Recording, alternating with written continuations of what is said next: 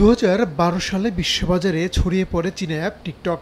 অল্প সময়ের মধ্যেই জনপ্রিয় হয় ভিডিও শেয়ারিং অ্যাপটি। পশ্চিমা দেশগুলোতে এর কোটি কোটি ব্যবহারকারী রয়েছে। শুধুমাত্র যুক্তরাষ্ট্রেই টিকটকের 17 কোটির বেশি ব্যবহারকারী রয়েছেন।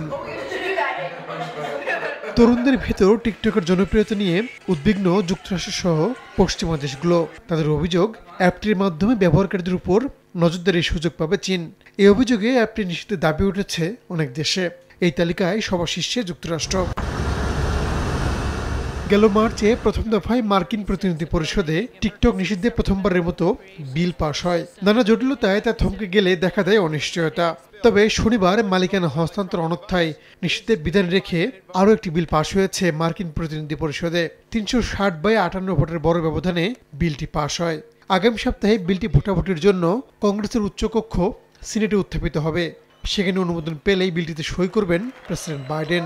এরপরই এটা আইনে পরিণত হবে। বিকাশে কম খরচে ক্যাশ আউটের লিমিট বেড়ে 50,000। প্রিয় এজেন্টও 2টা।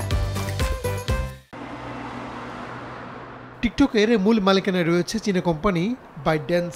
বিলটি পাশ হওয়ার পরপরই এক বিবৃতিতে আপত্তি জানায় প্রতিষ্ঠানটি। বিলটিকে দুর্ভাগ্যজনক আখ্যা দিয়ে কোম্পানিটি বলছে, এতে মত প্রকাশের অধিকার ক্ষুণ্ণ হবে। এর ফলে চীনের সঙ্গে যুক্তরাষ্ট্র নতুন করে কূটনৈতিক দ্বন্দ্ব তৈরি হতে পারে বলে আশঙ্কা করা হচ্ছে। রাহানুল রানা, সময় সংবাদ।